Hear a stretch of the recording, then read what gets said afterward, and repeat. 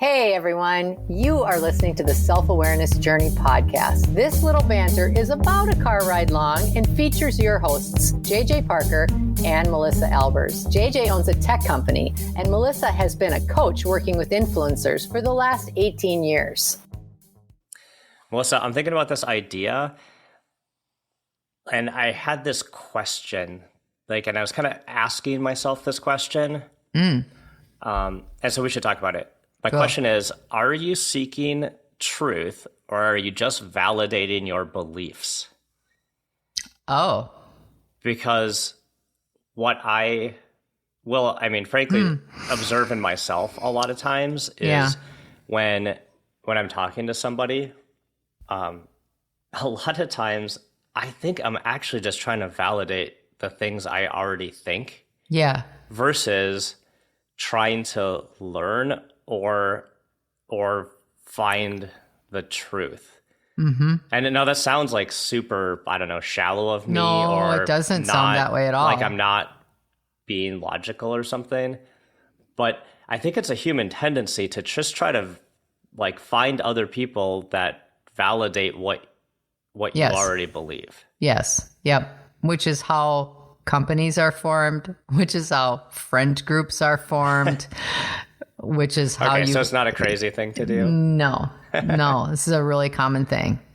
I think that's a really common thing. We want to seek truth, right? We want to find we want to have conversations that are open and curious and are driving towards a common understanding. Yeah. So why do a lot of times we just more try to validate what we already think? Well, I think our brain has kind of an agenda. Mm-hmm. I think we all have our own personal agendas, aware or unaware. We all have an agenda. And the agenda usually at the top of the list is make sure we feel safe, make sure we feel validated. Don't go too far away from feeling validated. Okay. And the safety part of validation is I'm part of the tribe. I'm part of the group. Commonality. Yeah. I'm not going to be too far outside the group think. So I'll be accepted. Yes, exactly right. That's the safety thing you're talking about. Right. And I don't think most of the time we're even consciously aware that we're doing it. I think it comes from our own, I think it comes from our personal biases. I think it comes from all sorts of things. We have an idea of what our truth is, right? And that old adage, I don't know if you've ever heard of anybody say this, but I love this phrase that is, when we have an idea or when we think something is, we seek all of the confirming evidence. So if we have a truth, we look for confirming evidence everywhere. And it's just how we're paying attention. It's what we're paying attention to in the moment. So, it's have you ever bought a new car and then you see that car everywhere on the freeway? Yeah. It's the same thing. That happens all the time. Yeah. And you never noticed it before. It's that same thing. I think it's that same piece of us that just so desperately wants to feel safe by being right. And it's unfortunate too, though, because I think that we miss so many opportunities for growth because we do seek to be validated by what we think is our truth. I really think that that's the core of it.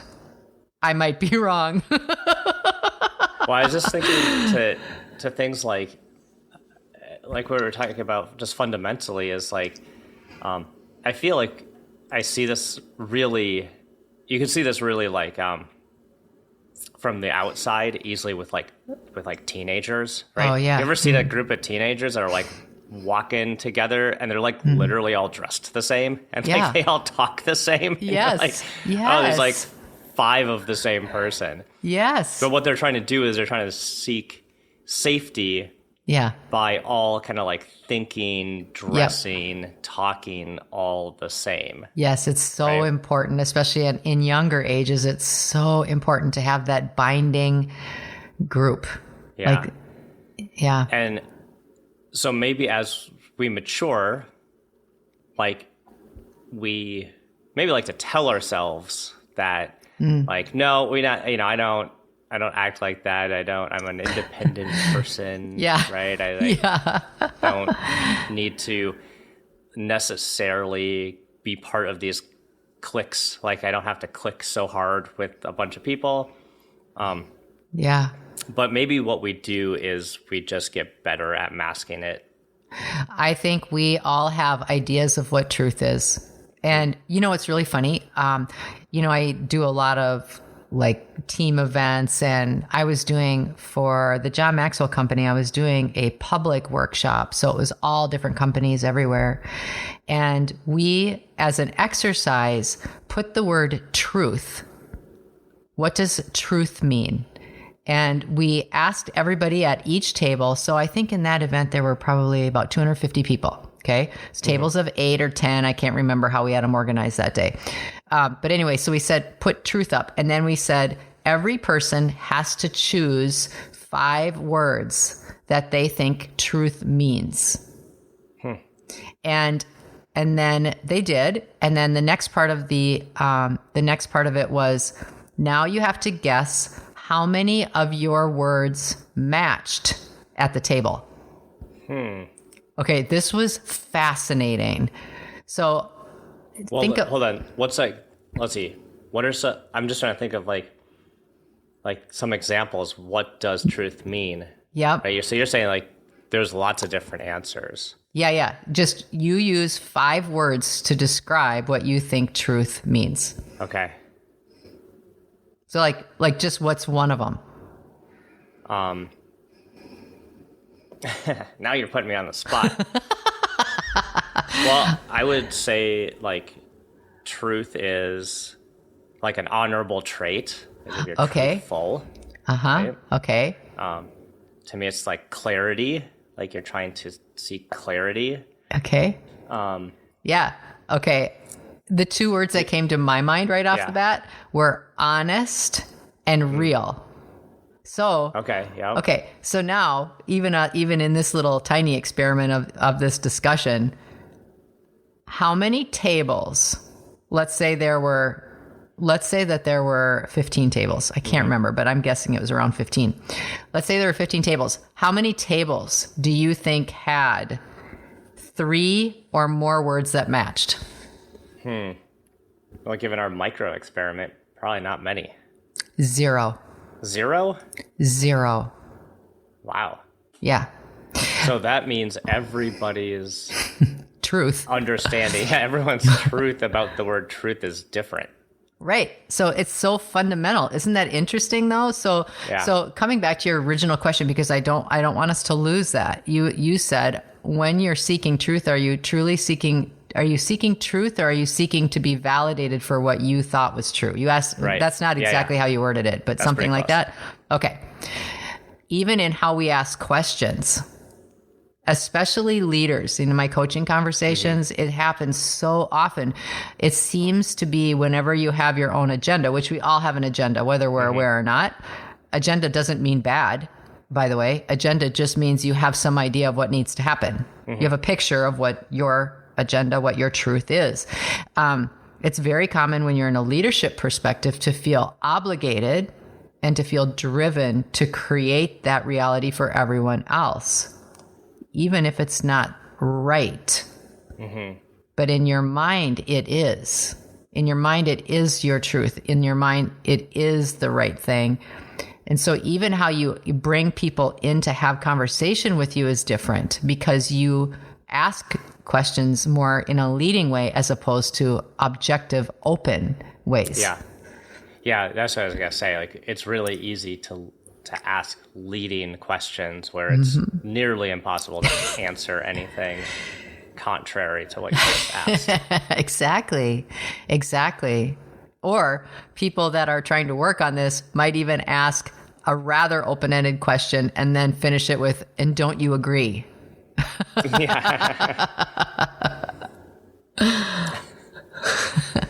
So there's a couple things there. It's first our own awareness around kind of like the way we're thinking about things, and like recognizing when we're trying to, when we want to be validated, right?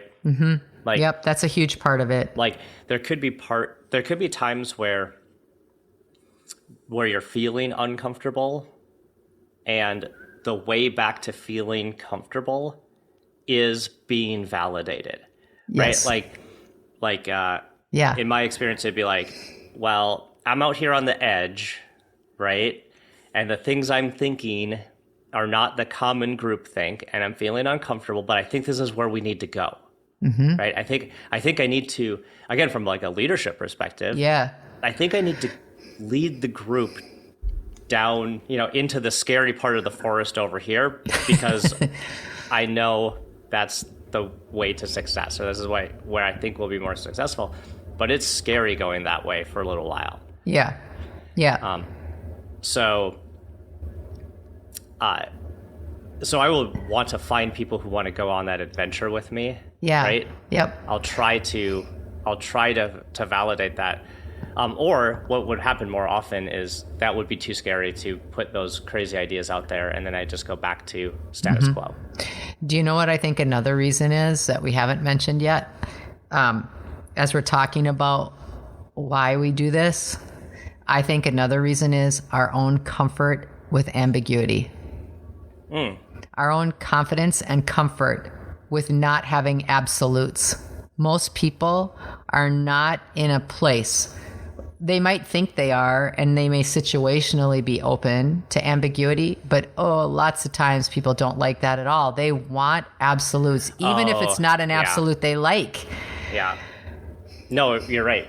Even if it's an absolute they don't like, they'll still lean into it. This is a thing that I didn't realize for a really long time. Right here. And is this idea that people are not comfortable in ambiguity. Because I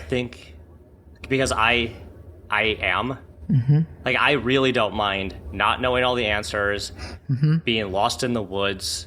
Like, I really don't mind that at all. Right. Yeah, you don't. And in fact, I sometimes seek it because I kind of like trying to be in a situation where I'm like lost and can't figure it out. Yeah. Like, actually, even really practically, I literally like being lost. I hate being lost. Like, I hate it. I hate it. Like, me and my buddy Ray, go on these epic climbing adventures. Yes. And sometimes we are crazy lost. Like halfway up a mountain, have no idea which direction we are, not sure if we're ever going to make it out. Right. And there's been occasion where he's freaked out.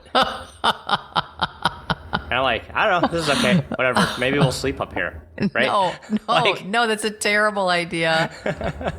But the idea that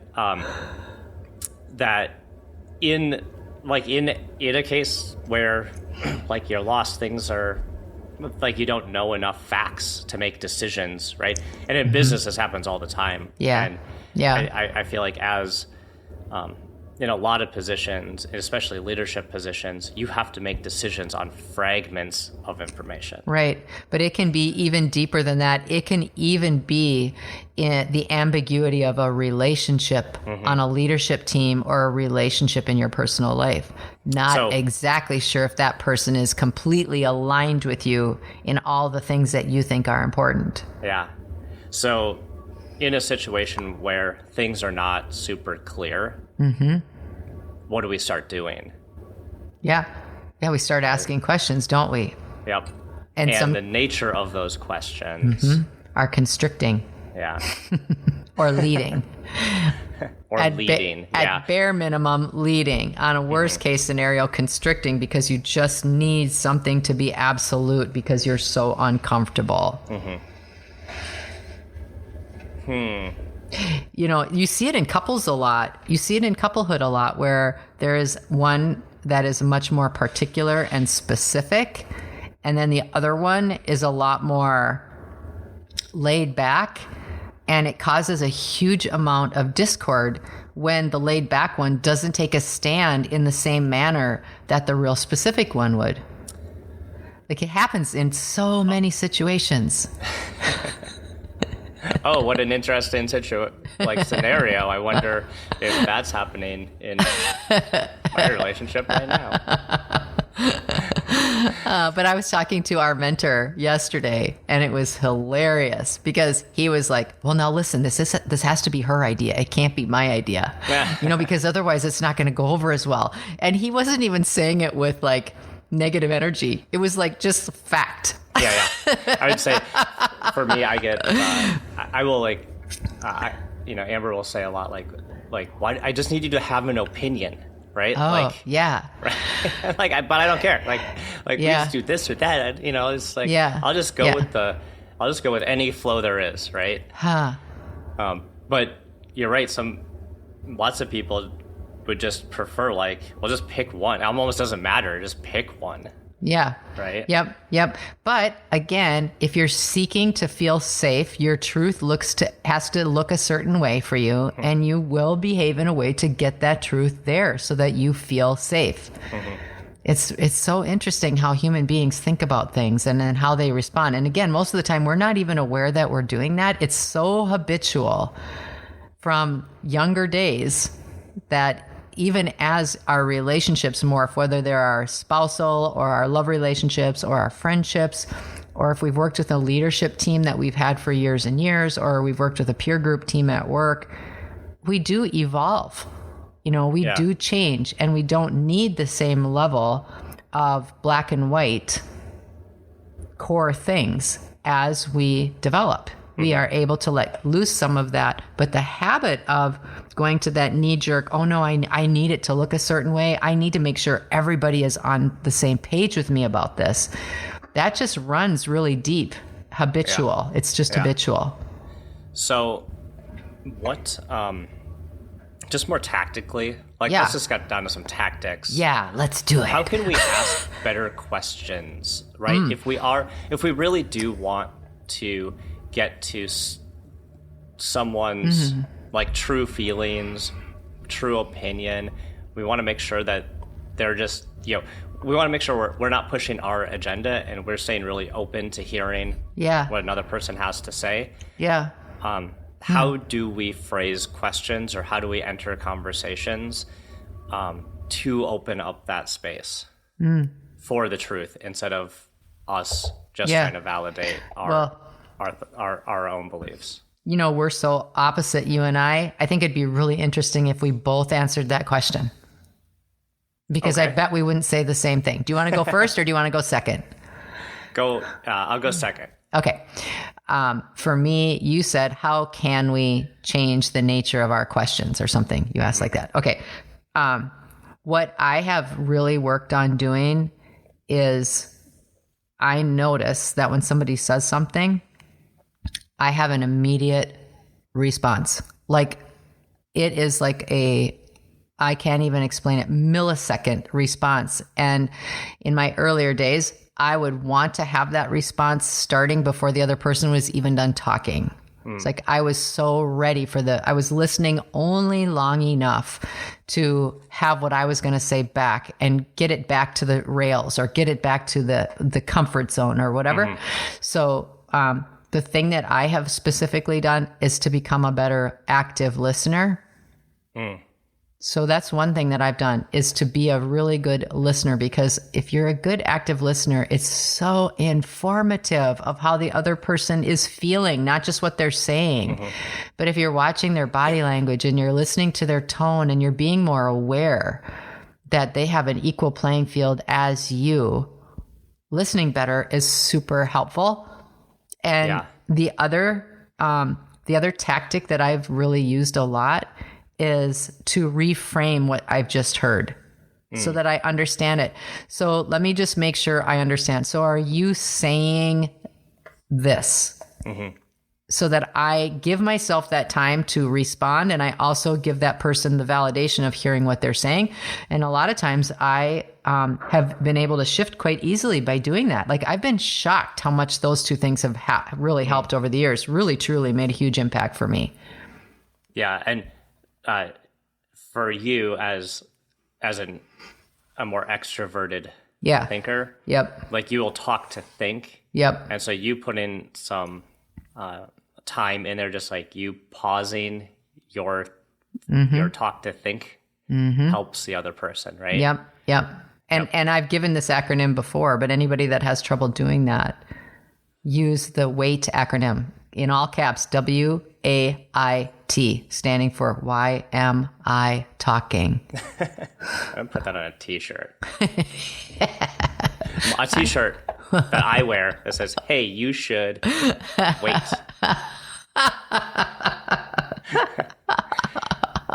I'm sure you wouldn't get beat up at all. Yeah, right. Okay, how about you? You go now. So for me, one of the things that I noticed that I will do, especially at work, because I have so many ideas and I just spew out like different angles of things all of the time. That actually causes a lot, probably more ambiguity for people. And so a lot of things, I started using phrases like, I wonder about a thing. Like, I wonder what would happen if we, whatever, did double at the trade show and double effort or half effort. I wonder these things. And just using the idea or the phrase "I wonder" opens up the conversations, so other people can really share what they are actually thinking. Yeah, I like that. Because if I go at something and say, let's use a work event, I think we should, if I use the word, I think we should double our effort at the trade show. People would hear that as we should double our effort at the trade show. That's JJ an said. edict. Yes. JJ thinks that's what we should do. But what I really want to know is, should we do that? Is like that even a good idea? Right? So I'll say, I wonder if we should double our effort at the trade show. And other people will say, oh, well, maybe. But that's a lot more money. I don't know if we're going to get the return. It opens up the space, right? Yeah, I like that. So there we're actually getting better results by a very simple change in phrasing. Yeah. And if you already say the phrase and then you catch yourself thinking of this podcast and go, oh, darn, I didn't say that, but that's what I meant. I actually will oftentimes say my opinion first, but then I will say, now hang on a minute. That is only my opinion and I am okay being wrong. I say that a lot. That is only my opinion and I'm okay being wrong. I'm sure interested to hear what you think. So just offer that up. The other thing that I've been working on that I'm not really great at yet is from the emotional side, is if I feel something, right? If I have a strong emotional reaction to something, and someone else has a different emotional reaction, like it's hard for me. It's hard for me to not. Yeah, it's just like I maybe a scenario. It's like Amber's mad about something. I'm not mad about something, and there's probably like a middle ground there, right? But it's really hard to not push your feelings onto someone else, right? So I've been trying to be okay with validating someone else's feeling, sharing my feeling, and then just letting the whole thing go and not trying to push no, you shouldn't feel angry. Right? Yeah. Well, you can't tell someone how they should feel. Right. Yeah. So, right. Because both those are true. Yeah, feelings are never wrong. Both those feelings are true. So I've been working really, I guess what I would say is I've been working really hard on making sure that I never say someone's feelings are wrong, even if they're different than mine. Yep. Yeah, that's really good. And the last and final offering I would have in this topic is to ask better and different questions. Get really good at asking questions, not leading questions, but questions that are softer, that rely on dialogue to hear the answer, not a simple answer, but well, can you tell me how you got to that? And what would that mean to you? Like if this is, what does that mean to you? And what is the feeling that you have behind that? Asking more questions like that affords the person respect and grace and that you're interested. And then I think you really can come to the capital truth, right? The capital T truth. Yeah. Which again, might be different for everybody. There might actually not be a perfect common truth, but maybe there'll be at least a shared understanding of everyone's thoughts and feelings. Yep, precisely. We hope that you've enjoyed today's episode. Our mission is to help people become happier and more effective by gaining insight into their own thoughts and feelings. We'd love your support. First, share this podcast with anyone you think might enjoy it. Second, leave us a rating or review on your favorite podcast site. This helps others discover the podcast so we can reach more people. And third, sign up for our newsletter at theselfawarenessjourney.com. This will help us communicate better with you and build our community. Thank you so much for joining us in the Self-Awareness Journey. We'll see you next week.